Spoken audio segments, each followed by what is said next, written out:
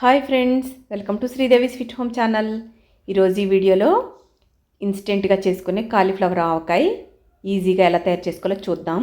దానికోసమని medium size cauliflowers 2 తీసుకొని ఈ విధంగా ముక్కలు కట్ చేసుకొని పక్కన పెట్టుకున్నాను. అలాగే ఒక గిన్నెతో వాటర్ తీసుకున్నాను. ఆ వాటర్లో స్పూన్నర సాల్ట్ వేసుకోవాలి. ఆ సాల్ట్ అంతా వాటర్లో బాగా కలిసేటట్టు కలుపుకోవాలి. అలాగే కట్ చేసుకొని పెట్టుకున్న కాలీఫ్లవర్ ముక్కల్ని అందులో వేసేసుకొని బాగా ఈ విధంగా కడుక్కోవాలి. అలా కడుక్కున్నాక వాటర్ అంతా స్ట్రెయిన్ చేసేసుకొని ఈ స్ట్రెయినర్లో వేసేసుకోవాలి కాలీఫ్లవర్ ముక్కల్ని.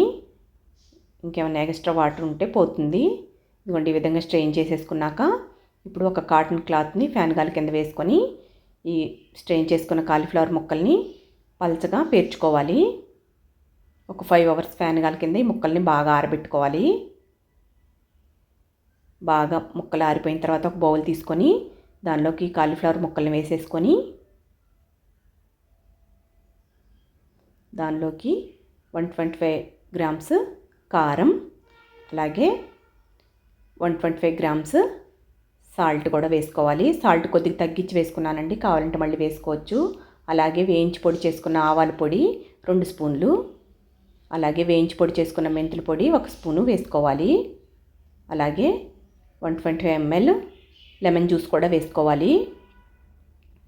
అలాగే ఒక 2 ఎల్లుల్లిపాయలని ఈ విధంగా రెబ్బలన్నీ చేసుకొని ఇలాగ చిన్న రోల్లో వేసుకొని కచ్చబచ్చగా దంచుకోవాలి. దంచుకున్నాక దాన్ని కూడా అందులో వేసేసుకోవాలి, ఆ మిశ్రమాన్ని కూడా. అలాగే వెల్లుల్లి రెబ్బలన్నింటినీ ఈ విధంగానే కచ్చబచ్చగా దంచుకొని అందులో వేసేసుకొని అలాగే 125 ml వేరుశనగ నూనె కూడా వేసేసుకోవాలి. వేసుకొని ఇవన్నీ బాగా కలిసినట్టు కలుపుకోవాలి. చేతితోనే కలుపుకోవాలండి. ఈ విధంగా ముక్కలన్నిటికీ ఉప్పు కారం ఇదంతా పట్టించుకోవాలి బాగా. ఈ విధంగా బాగా కలిసినట్టు కలుపుకున్నాక ఇలాగా దగ్గరికి లాగేసుకొని లిడ్ క్లోజ్ చేసేసుకోవాలి. దీన్ని ఒక 10 అవర్స్ ఊరబెట్టుకోవాలి. ఒక 10 అవర్స్ తర్వాత ఇదిగోండి లిడ్ ఓపెన్ చేసి చూశాను, చట్నీ ఊరిపోయిందండి, ఆయిల్ పైకి తేలింది. ఈ విధంగా బాగా కలిసినట్టు కలుపుకొని మళ్ళీ ఎయిర్ టైట్ కంటైనర్లోకి తీసేసుకోవాలి.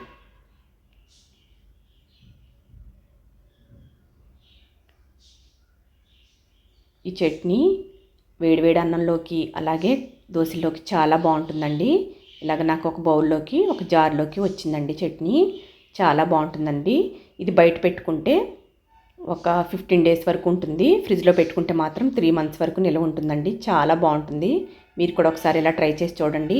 ఈ వీడియో కనుక మీకు నచ్చినట్లయితే లైక్ చేయండి, షేర్ చేయండి, నా ఛానల్ సబ్స్క్రైబ్ చేసుకోండి ఫ్రెండ్స్. Thank you.